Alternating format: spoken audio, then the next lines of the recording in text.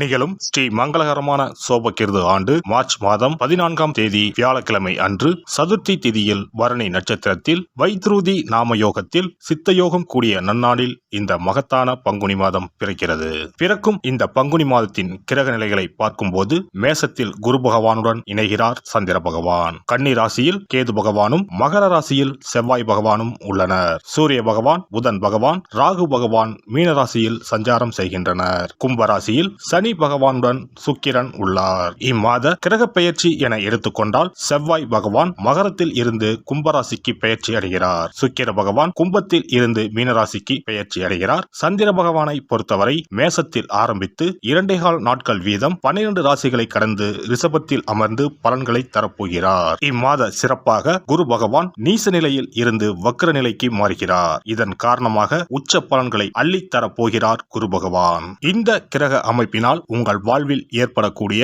சுப மற்றும் அசுப பலன்கள் என்ன என்பதனையும், அசுப பலன் ஏற்படுமாயின் ராசிக்காரர்கள் செய்ய வேண்டிய பரிகாரம் என்ன, வழிபட வேண்டிய தெய்வம், வழிபடும் முறை என்ன என்பதனை பற்றி விரிவாக காண்போம். பிறக்க போகும் இம்மாதம் உங்கள் வாழ்வில் வளமும் நலமும் செல்வ செழிப்பும் பெற்று வாழ்வின் உயரிய நிலையை அடைய எல்லாம் வல்ல எம்பெருமானை வேண்டி விரும்பி கேட்டுக்கொள்கிறேன். மீனராசி அன்பர்களே, இந்த மாதம் தொட்ட காரியம் வெற்றியில் முடிந்தாலும் கடுமையான முயற்சிகள் தேவைப்படும். பணவரத்து கூடும். புதிய நண்பர்கள் கிடைப்பார்கள்.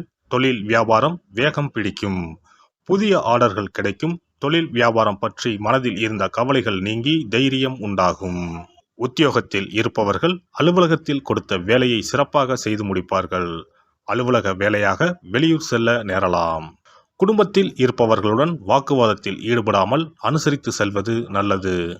கணவன் மனைவிக்கு இடையே தேவையற்ற மன வருத்தம் உண்டாகலாம். கவனம் தேவை. மருத்துவம் தொடர்பான செலவும் ஏற்படலாம். ஆயுதம், நெருப்பு ஆகியவற்றை கையாளும் போது கவனமாக இருப்பது நல்லது. பெண்கள் புத்தி கூர்மையுடன் செயல்பட்டு காரியங்களை வெற்றிகரமாக செய்து முடிப்பீர்கள். வீண் அலைச்சலை தவிர்ப்பது நல்லது. மாணவர்கள் சக மாணவர்களுடன் பழகும்போது கவனம் தேவை. கூடுதல் நேரம் ஒதுக்கி பாடங்களை படிப்பது நல்லது. கலைத்துறையினருக்கு பணவரவு ஏற்ற இறக்கமாக இருக்கும். எடுத்த ஒரு முடிவை செயல்படுத்தும் முன் ஒரு முறைக்கு இருமுறை ஆலோசிப்பது நல்லது. எந்த ஒரு காரியத்திலும் அவசர முடிவு எடுக்க தூண்டும். அரசியலில் இருப்பவர்களுக்கு எதிர்பார்த்த பதவி உயர்வு கிடைக்கும். கூடுதலாக உழைக்க வேண்டியிருக்கும். மேலிடத்தில் இருந்து வந்த கருத்து வேற்றுமை நீங்கி ஒற்றுமை உண்டாகும். எடுத்திருக்கும் அரசாங்க வேலைகள் மூலம் நன்மைகள் உண்டாகும். நட்சத்திர பலன்கள். பூரட்டாதி 4ஆம் பாதம். இம்மாதம் எதிர்பார்த்த லாபம் வரும். தொழில் போட்டிகள் நீங்கும். உத்தியோகத்தில் இருப்பவர்கள் வாக்கு வன்மையால் காரிய வெற்றி பெறுவார்கள். குடும்பத்தில் வீண் விவாதங்களை தவிர்ப்பது நல்லது. கணவன் மனைவிக்கு இடையே திடீர் கருத்து வேற்றுமை ஏற்படலாம். உத்திரட்டாதி.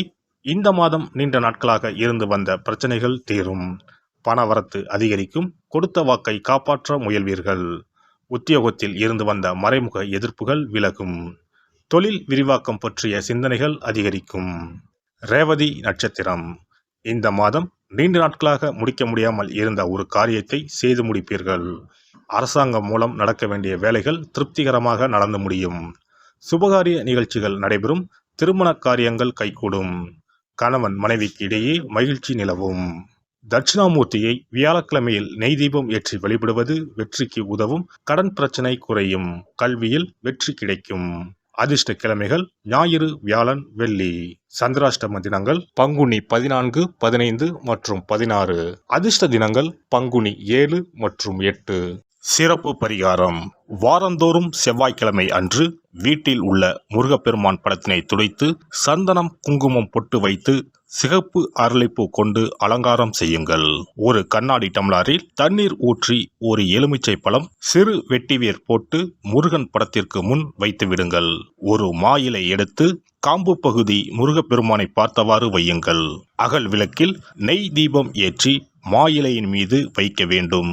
தீபச்சுடர் முருகப்பெருமானை பார்க்கும் வண்ணம் இருக்க வேண்டும். கண்களை மூடி முருகப்பெருமானை மனமாற வேண்டி உங்கள் வேண்டுதல்களை வையுங்கள்.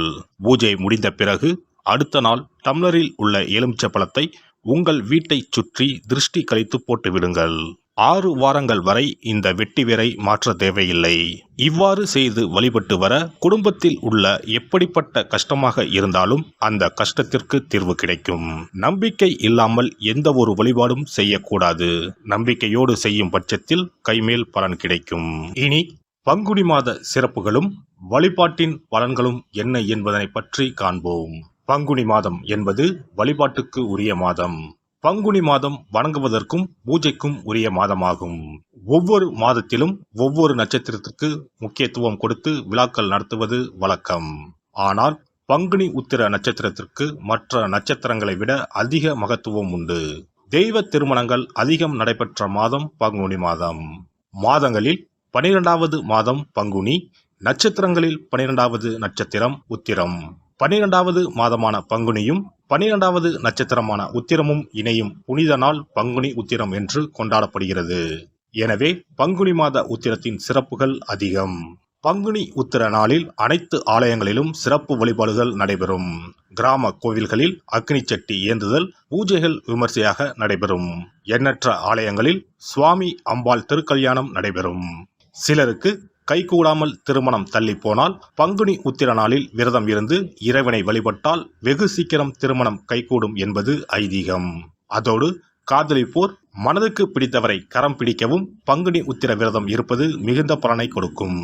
பங்குனி உத்திரம் கல்யாண விரதம் என்றும் அழைக்கப்படுகிறது. 8 வகையான மகா விரதங்களில் கல்யாண விரதமும் ஒன்று. ஆகவே இந்த நாளில் திருமணம் ஆகாத இளையோர் விரதம் இருந்து தமக்கு நல்ல வரன்கள் கிடைக்க வேண்டும் என்று சிவபெருமானையும் பார்வதி தேவியாரையும் வேண்டுவது நல்ல பலன்களை பெற்றுத்தரும். இத்தினத்தில் மேற்கொள்ளும் விரதம் மிகவும் விசேஷமானது.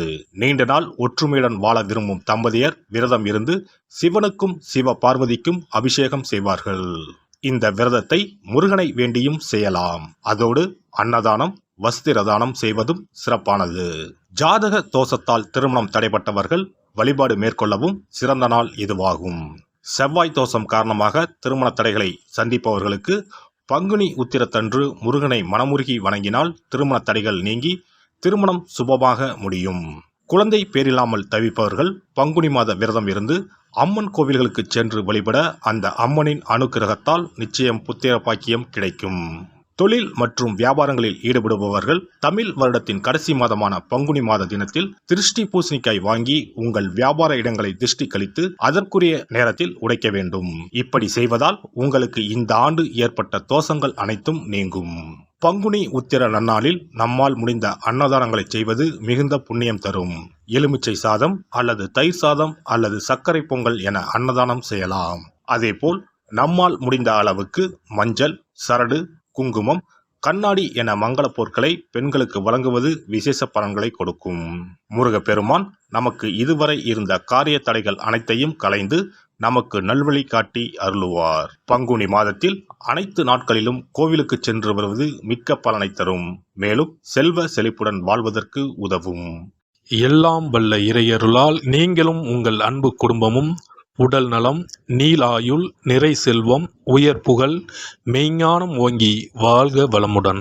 இந்த வீடியோ பதிவு உங்களுக்கு பிடித்திருந்தால் லைக் பண்ணுங்க, கமெண்ட் பண்ணுங்க, ஷேர் பண்ணுங்க, மறக்காம சப்ஸ்கிரைப் பண்ணுங்க, பக்கத்துல இருக்கிற பெல் பட்டனை கிளிக் பண்ணுங்க. நன்றி, வணக்கம். ஓம் நமச்சிவாய. சிவாய நம.